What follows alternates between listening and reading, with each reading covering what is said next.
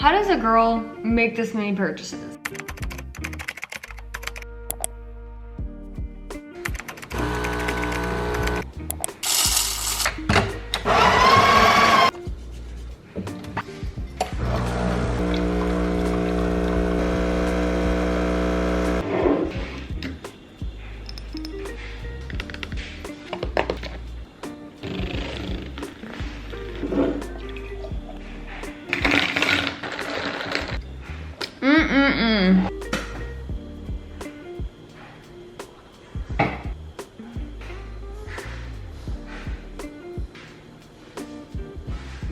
Hello guys, welcome back to my channel. In today's video, I'm going to be showing you kind of how I budget. This video is also going to be holding me accountable because I have not looked at my expenses in a couple months, honestly. So I feel like I've definitely been spending a little bit more than I should be and not focusing on my savings goals as much, which is fine. I feel like we have periods of life where we're saving more than others, and depending on like what your savings goals are, like for a while my savings goal, Indy,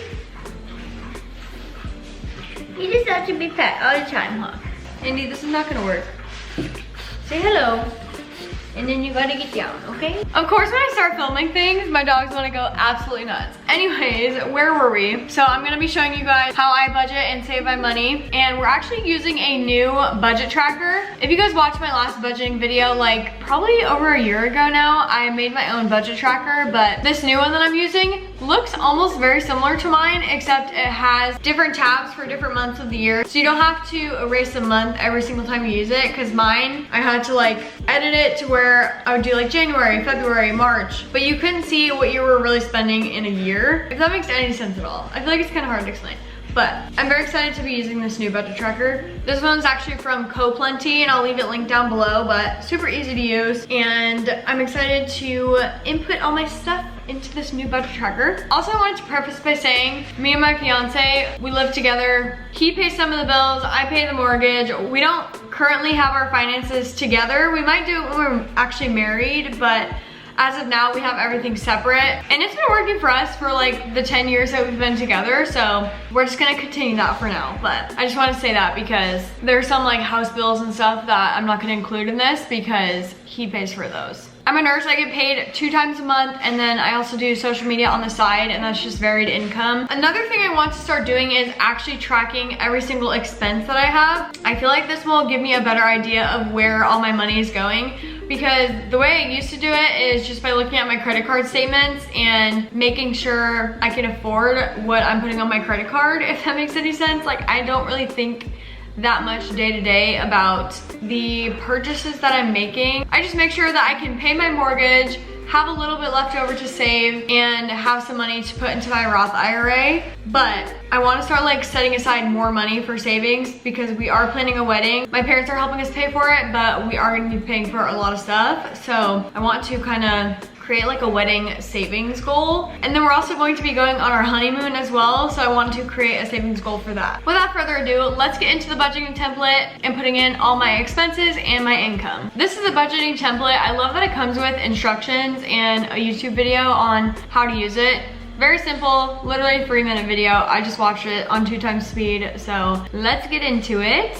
The first tab is your annual dashboard. So this is kind of like overall view of the year. Obviously, I don't have anything in here yet, so $0 for everything. It says to start in the annual totals tab by putting in your income, and this will sync with the monthly tabs. So we're gonna start by putting in my nursing paycheck, or I'm just gonna put nursing and add a little emoji. And then we're going to do social media. Is that all my income? I guess so. And then we're going to start adding our bills, mortgage, phone bill. And this is the part where it's definitely gonna vary from person to person, but these are all of my fixed monthly expenses, things that I pay for every single month. So obviously, if you're not a content creator, you're not gonna have Epidemic Sound and Canva to pay for, but those are just things that help me with my YouTube videos and with content creation in general. What else do I pay for?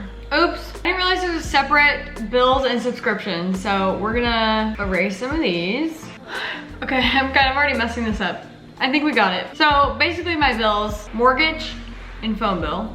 And then I have my subscriptions, Netflix, Epidemic Sound, Canva, and ClassPass. And my expenses, groceries, dining out, gas, shopping, home stuff, gifts, pets. That's like I'm just gonna include pet insurance under expenses and then coffee. Okay, and then moving on to savings, I'm gonna put our emergency fund, my Roth IRA, and then for debt, I'm just gonna put our mortgage. Now we're gonna move on to the monthly tab. So we're going into September, and I kind of messed this up. So I think I'm just gonna have to input this one. I'm just gonna input nursing. And then you enter your payday. So payday was 2 days ago. And then for social media, I don't really have like a payday, so I'm just gonna leave that blank for now. Okay, I just went back and added nursing too. That way I have both of my paychecks. So I can put each payday on there and the expected actual amounts that I receive. So for expected, I'm gonna put $3,400 for each paycheck. Or no, actually I'm gonna put 33. Sometimes I make a little bit more than that, but I wouldn't want to put more and then make less, if that makes sense. So I actually made 3,496. And then social media, I'm just gonna put expected 1,000. And the month's not over yet, so I'm just gonna add kind of what I've made from social media this month so far, and then I'll keep adding as the month goes on. So far from social media this month, I've made $2,800 because I literally just remembered that I get paid on PayPal sometimes, and I just looked in there and I had $1,900. That wasn't necessarily this month, but I'm transferring it this month. So I'm technically receiving that money in my bank account this month, if that makes sense. So we're gonna add that. Now let's go into our bills. So for our mortgage, we pay $4,389, and that is due on the 4th every month. So we already paid that, so I'm gonna put $4,380. Moving on to phone bill. We're actually still on my dad's account, so we do like a family plan, but he charges us every month on the 19th. So I'm gonna put that in, and it's $154 for both me and my fiance. I pay for both of ours. So we're gonna leave that blank for now because we haven't paid that yet. It is currently September 11th. So leaving that for now. For groceries, this is where things get pricey. I try my best to keep a decent budget with groceries, but for some reason, this is the category that always goes over for me. But we eat most of our meals at home. So in a sense, we're saving money, but we also spend a lot on groceries. And we go to Costco and more affordable grocery stores, but somehow we still end up spending a bunch. So I'm gonna put like $700 for our grocery budget. I feel like we'll still go over that, but we'll see. For dining out, we honestly don't eat out that much. I'm gonna put like 100 because my fiance and I kind of like alternate who pays when we eat out. So we'll leave that at 100. For gas, I get gas like twice a month, maybe 3 times a month. I put like 120 for that. I don't think I spend that much, but we'll just see how this all fits out with the budget. For shopping, I'm gonna leave that one blank for now. Same with home and gifts. And then for pet insurance, I spend $60 a month for my 2 Frenchies. For coffee, I don't know how much to save for that. I'm gonna put like 60 as well, just because we do buy our coffee beans, and then sometimes we do get coffee out. Rarely, but sometimes on the weekends. So we'll add $60 for coffee. For my Roth IRA, I like to put $500 a month into, I guess there's only an actual for the savings. I'm gonna leave the Roth blank for now because my Roth IRA, I put $500 a month, but that comes out at the end of the month, usually like the 20th or something like that. So we'll wait on that. And then my emergency fund, I'm still deciding how much I want to put into this because I kind of have like a good emergency fund built up already. I'm gonna go back into my annual totals and add a wedding fund and then a honeymoon fund. Okay, for our wedding, I'm gonna try to save $500 a month until our wedding. And then for our honeymoon, I'm gonna try to save $250 a month. Since our emergency fund already is kind of built up, I'm not gonna save that much. I'm gonna do 100 a month maybe. Now I'm looking at my Apple purchases and I don't understand what I'm getting charged for. I know that $30 a month is for storage, which yes, ridiculous. But I record a lot of stuff on my phone, so I need the storage. $199. Why do I pay $199? I don't even remember. And then I also pay $9.99. Is that for Apple Music? It better not be. I'll have to figure that out. For now, for Apple storage, we're gonna put $29. I just realized most of my bills come out at the end of the month, besides my mortgage. Okay, now comes the fun part, our transactions tracker. So now I'm just gonna go through all of my credit cards and input my transactions. I did want to talk for a moment about credit cards though, because I feel like when used responsibly, credit cards can be such an amazing thing, especially because you rack up so many points and you can use them for things like traveling, including flights, staying at hotels. Sometimes with certain credit cards, you can do cash back, which usually isn't the best option because you don't get as much bang for your buck as if you were to do like buying a flight with your points. But Specifically, I use my City Costco card for cashback because I use that money directly towards my Costco purchases. And then same with, I have a Whole Foods Amazon credit card because I shop a lot on Amazon. So I use all those points towards my Amazon purchases. And then I also have a Southwest credit card, which I use primarily for gas, and I use those points to buy flights on Southwest. And then I have an Amex card where I put majority of my purchases. And I really love the Amex Gold card because you get 4x points on dining out and groceries, and that is like majority of what I spend my money on is food. So getting the most amount of points out of my purchases is very important to me. So yeah, those are the 4 credit cards I currently have, but making sure that you set up automatic payments is essential when you get a credit card because you don't want to have to be making late payments and paying interest. That's no fun, and that is not a responsible way to use a credit card. I literally have everything set up on automatic payments because your girl is not gonna remember, first of all. Second of all, it just makes life way easier. Also, tip when setting up automatic payments on a credit card is to make sure it is the full amount and not just the minimum amount due, because then you'll only be paying like $35 a month versus paying off the full amount on your credit card. And interest on credit cards is no joke. It's like freaking 25% or something insane like that. So you would not want to get yourself into debt. That is not what we're trying to do. Okay, I'm gonna charge my camera for a second and do the transactions tracker, and then I'll get back to you guys after that. Okay, I put in all my expenses and it's only the 11th so far. How does a girl make this many purchases? That's kind of a lot, I feel like. Well, you know, 4 of them are parking, so, because I have to pay for parking at work, but it's only $2.32, so it's not that bad. I can definitely cut down on my Amazon spending. That's just like the easiest way to spend my money is on Amazon because it comes so fast. You can literally buy stuff in 1 click. Don't even have to think about it, which is good and bad because sometimes I need things quick. Like for instance, I ran out of laundry detergent today. I was able to buy it on Amazon and it's gonna be here in a couple hours. So that's nice, but some things I just don't need that I buy on Amazon. Anywho, we're looking good so far with our budget versus our actual. So it's looking like I have $600 left over from the amount of money I'm making to put into a different category. So I could put that money towards savings. I could invest it, but I also didn't put any money in my shopping category. So I think I'm gonna add like 300. Does that sound reasonable or is that too much? And then I also didn't add any into our gifts category, so I'm gonna add 100 in there. I'm gonna add an extra $40 a month into my pet category because I forgot to incorporate dog food in that, and we do get monthly deliveries, or no, I think every 2 weeks we get a delivery from Petco for dog food. So now we have $160 left over.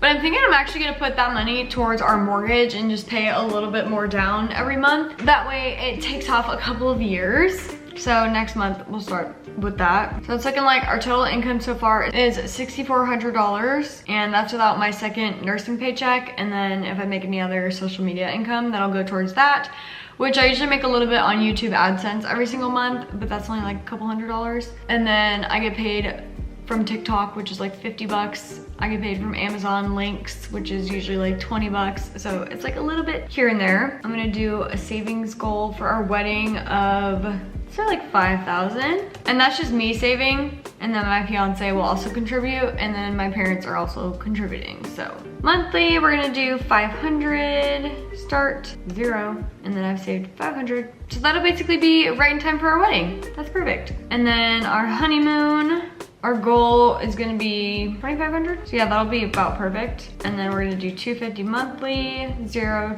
to start, and then we've saved 250 so far, so that'll be perfect in time for our honeymoon as well. And then they also have a debt snowball calculator, which you could use if you're paying off debt. And then they also have a net worth dashboard, which I'm not gonna do right now, but you could add all of your, basically everything you have into this, what's in your bank account, if you have any mortgages, cars, things like that, and see how much your net worth is, which I think is pretty cool. Overall, loving this spreadsheet so far. It's only my first time using it, but I feel like next month it'll definitely be way easier since I inputted all of my categories, and I pretty much have like similar amounts that I make every month, especially for nursing, and then kind of varied with social media. But yeah, that is how I budget my paychecks.